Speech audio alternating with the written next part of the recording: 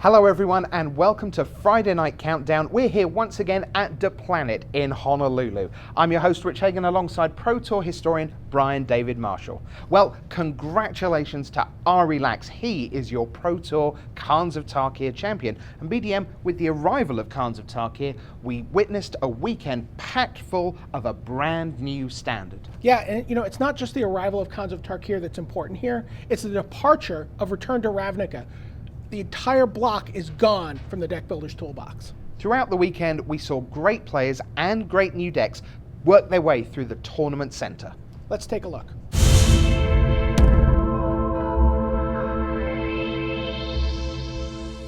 Former Player of the Year Brad Nelson played a deck that was capable of winning very fast, very slow, or somewhere in between.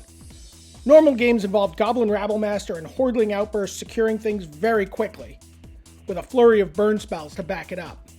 But should the case call for it, he was able to go to a red-white control deck with things like End Hostilities and an assortment of Planeswalkers. Pro Tour Return to Ravnica champion Stanislav Sivka walked us through the blue-black control list that even Flock would take to the top 8. Sphinx's revelation may be gone, but the cabin crew team showed us that Dig Through Time can form the basis of card advantage control strategies in the new standard. 2010 World Champion Guillaume Wafo-Tapa showed us Channel Fireball's take on the format's only true combo deck. Jeskai Ascendancy uses its namesake card, along with creatures that make mana, to churn through their deck, repeatedly casting spells before winning with the unlikely Altar of the Brood. Retraction Helix and a 0 casting cost spell make the combo repeatable as many times as necessary to deck their opponents.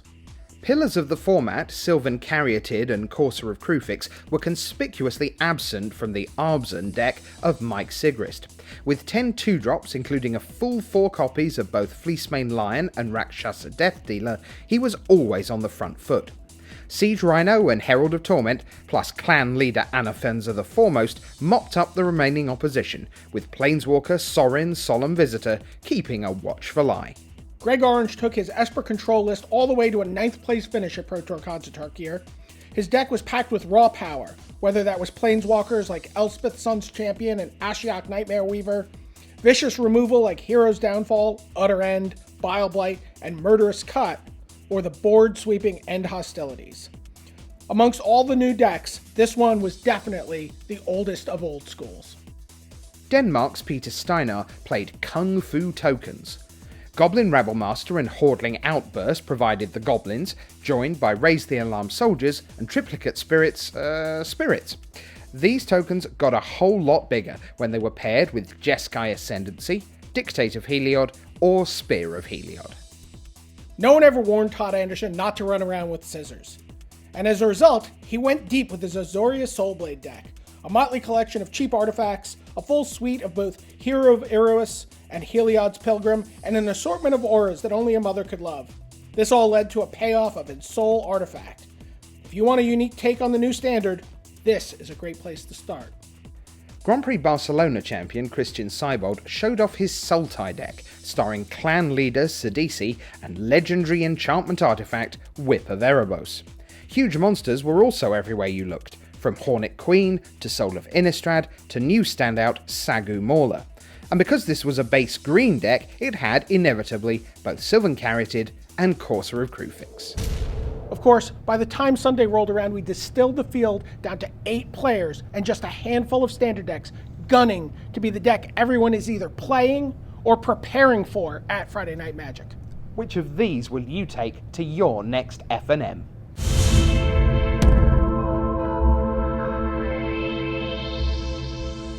Pro Tour Khans of Tarkir champion Ari Lax played an Abzan midrange deck that relied on staples from previous standard formats like Sylvan Caryatid and Courser of Kruphix.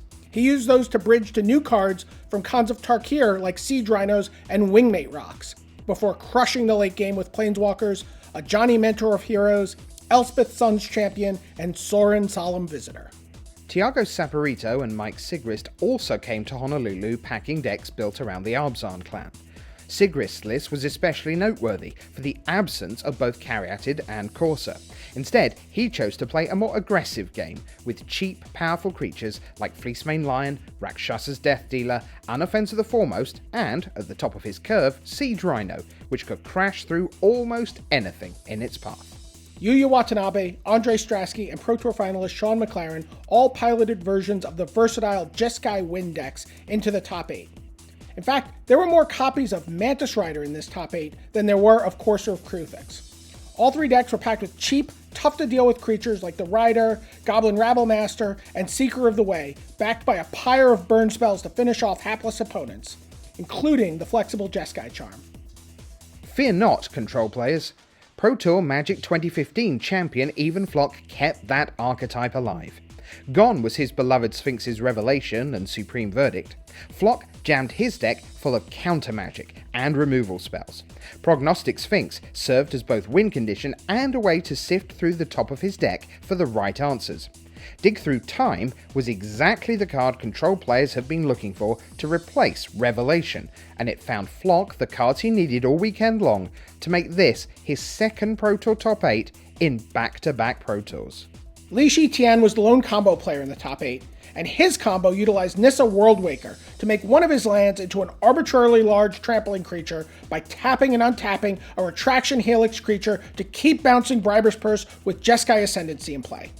When he felt like his combo was vulnerable to hate, he was able to bring in a package of 15 cards from his sideboard and transform into a Teamer beatdown deck with Savage Knuckleblade leading the charge.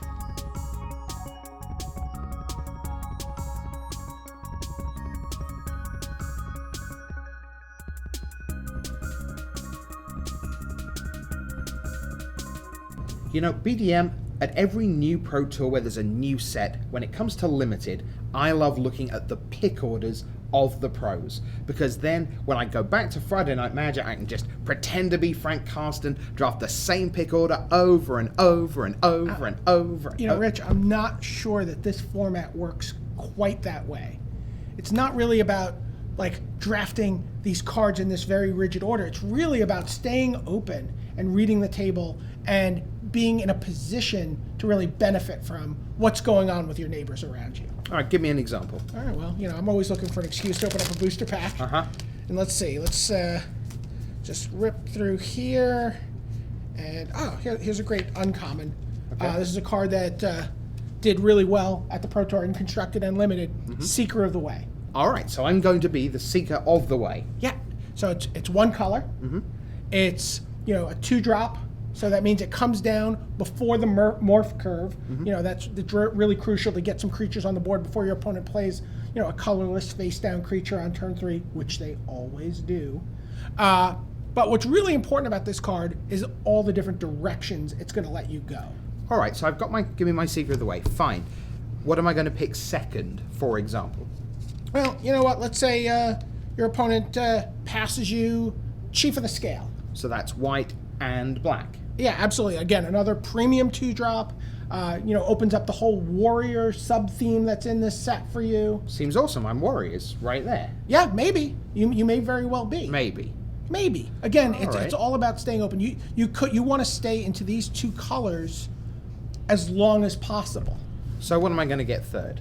What you know, it could be something like a common morph from one of the clans, like an Obzon Guide. Right, this is something that you can play face down. Right. And it's not going to matter if you've drawn your 3rd color yet, but very powerful card when you unmorph it or even when you play it face up. This seems super easy. It's like pick one color, pick 2, I got a 2nd color, pick 3, I got a 3rd color, I'm in Obzon, thanks very much, next draft. Sure, but Seeker of the Way opens you up to a lot of other possibilities as well. Okay, like? Well, let's say you've opened up the Seeker of the Way and then the 2nd card you get past is a Highspire Mantis. So that's red-white. So now maybe I'm heading towards red-white tokens. Now that's definitely a limited archetype. Yes. Hordling Outburst I can go for. Trumpet Blast +2/+0 to all my guys. One of my favorite ways to end a game. Yeah. And, okay, so red-white tokens. Right. Maybe. Yeah, so you stay open as long as possible in that. And, you know, you could get past a card like Crackling Doom. You know, a really good removal spell. You can sort of splash your way into Mardu. Or you could open up a really bomb rare like Flying Crane Technique or Sage of the Inward Eye, and then, you know, you have this great Jeskai deck. I think I'm there. I stay open. I don't want pick orders. I go for 2 enemy colours. I stay there as long as I can, and then who knows where I go into one or the other clan that links in to those 2 central enemy colours. Drafting, I got it. Well, that is unless you want to be 5 color, which is what Pro Tour champion Ari Lax showed us how to do when he came into the tournament center for a draft tack early on day 2.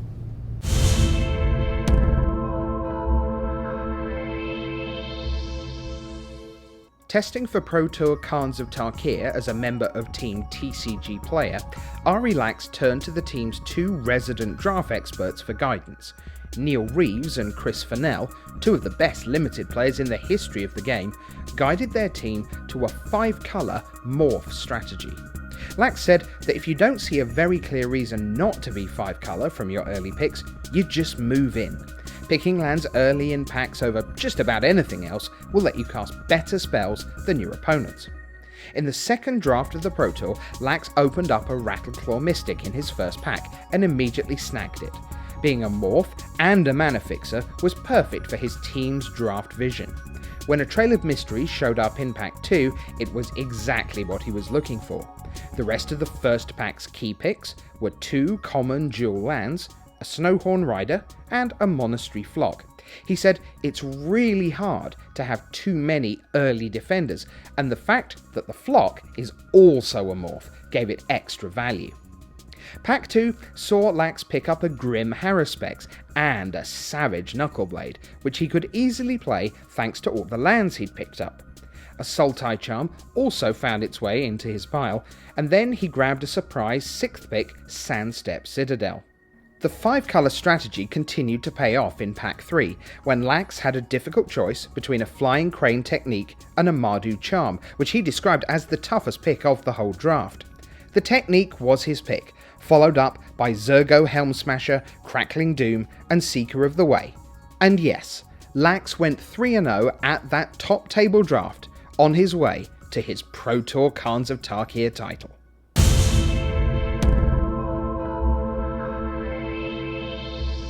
It's time now on Friday Night Countdown for our milestone moment, and BDM, it's appropriate that this is one of the playmats from the feature match area of the original Pro Tour Honolulu back in 2006, where so much history was made. Right, all 3 of our Hall of Fame inductees this weekend have a rich history here in Hawaii. 2 of the players made their breakthrough finishes at Pro Tour Honolulu in 2006. The pillars of Magic have always been creatures and combo and control, and that's kind of mirrored in this year's inductees. Why don't we start with control, Guillaume Wafo-Tapa? Sure, Pro Tour Honolulu 2006, Guillaume Wafo-Tapa shows us the first control deck that gets known as, like Wafo Control. He finished top 16 at that event. He would, of course, go on to make the top 8 of 5 Pro Tours, including winning with Mystical Teachings at Pro Tour Yokohama. Control players need something to control. That usually means creatures, and no one embodies creatures more than Paul Rietzl. Absolutely. Paul Rietzl had actually been away from the game for a few years when Pro Tour Honolulu 2009 rolled around, the second Pro Tour that we had here. And he finished 3rd at that event, and he has not missed a Pro Tour since then. 4 Pro Tour top 8s, including, of course, his win at Pro Tour Amsterdam, playing, the quintessential Paul Rietzl deck, a white weenie deck. Absolutely. So that's creatures, that's control. For combo, we go to Japan and Makihito Mihara. Yes, he was the leader of this class. Just like Guillaume Wafo-Tapa, he had a top 16 playing like a greater good deck here at Pro Tour Honolulu in 2006. It was the first time we heard his name, but later that year, everyone would know his name when he played Dragonstorm at the World Championships and, of course, won, defeating multiple Hall of Famers along the way to that victory. 5 top 8s in his career. All 3 of these guys still have it, too. They all made the top 8 of Pro Tour Theros at the start of last year. Just an amazing class. All 3 styles of play embodied the perfect way to cap 10 years of the Pro Tour Hall of Fame. Well, here's to the next 10 years of the Hall of Fame, but for now, our time on the island paradise of Hawaii is at an end. Why don't you join us again for Worlds Week from Nice in France in December? We'll have not just the World Championship, but of course the World Magic Cup too. And then in February next year, it'll be time for Pro Tour Fate Reforged coming to you from Washington, DC. But until we meet again on Friday Night Countdown from the planet in Honolulu, Rich Hagon and Brian David-Marshall saying bye.